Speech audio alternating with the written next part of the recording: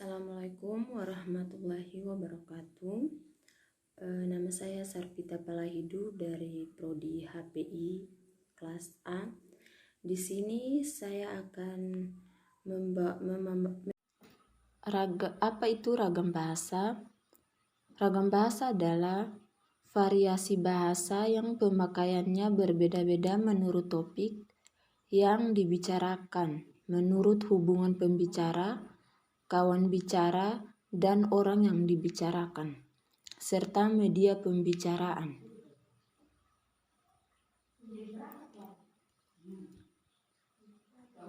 Jenis-jenis ragam bahasa berdasarkan media pembicaraan.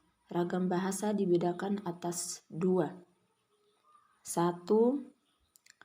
Ragam lisan. 2. Ragam tulis. Ragam bahasa lisan. 1. Ragam lisan menghendaki adanya orang kedua. Di dalam ragam lisan unsur-unsur fungsi gramatikal seperti subjek, predikat, dan objek tidak selalu dinyatakan ragam lisan. Sangat terikat pada kondisi, situasi, ruang, dan waktu.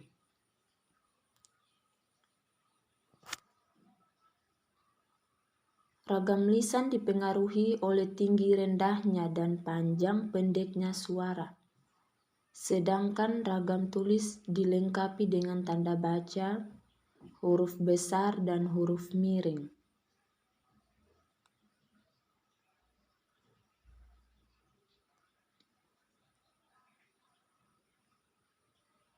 Ragam bahasa tulisan.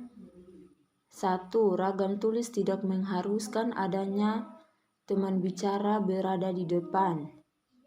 2. Fungsi-fungsi gramatikal harus nyata. 3. Ragam tulis tidak terikat oleh situasi, kondisi, ruang, dan waktu. Ragam tulis dilengkapi dengan tanda baca, huruf besar, dan huruf miring.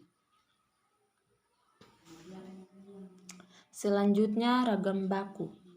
Ragam baku adalah ragam yang dilembagakan dan diakui oleh sebagian besar warga masyarakat pemakaiannya sebagai bahasa resmi dan sebagai kerangka rujukan norma bahasa dalam penggunaannya.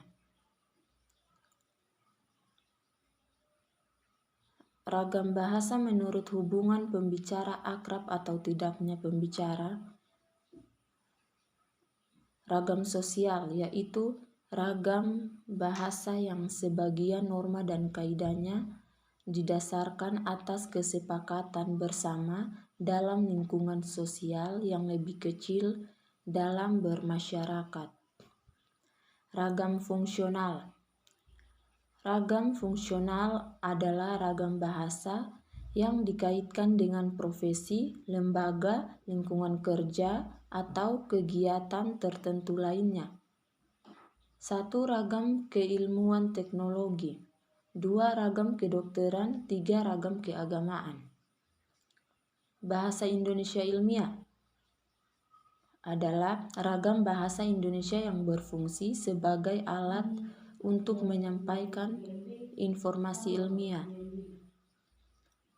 Ciri-ciri ragam bahasa ilmiah. 1. Cendekia. 2.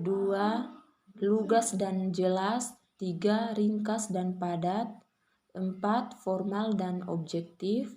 5. Konsisten. 6. Bertolak dari gagasan.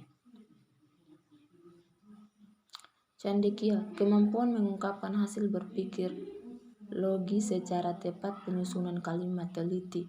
Contoh, penulisan opini di SKH Kedaulatan Rakyat mendapat honor Rp 450.000. Lugas dan jelas, setiap gagasan disampaikan secara langsung, sehingga makna yang ditimbulkan oleh pengungkapan itu adalah makna lugas. Contoh, para pendidik yang kadangkala atau sering terkena getahnya oleh ulah sebagian anak-anak mempunyai tugas yang tidak ringan. para pendidik yang kadang-kadang atau sering terkena akibat ulah sebagian anak-anak mempunyai tugas yang berat. Ringkas dan padat. 1. Ringkas, tidak ada yang mubazir, hemat penggunaan bahasa. 2. Padat, gagasan memadai tanpa pemborosan. Contoh A, nilai etis tersebut menjadi pedoman bagi setiap warga negara Indonesia.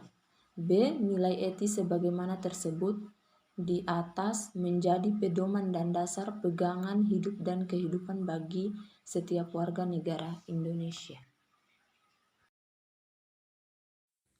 Ya, mungkin itu saja pemaparan materi dari saya. Akhir kata saya ucapkan wassalamualaikum warahmatullahi wabarakatuh.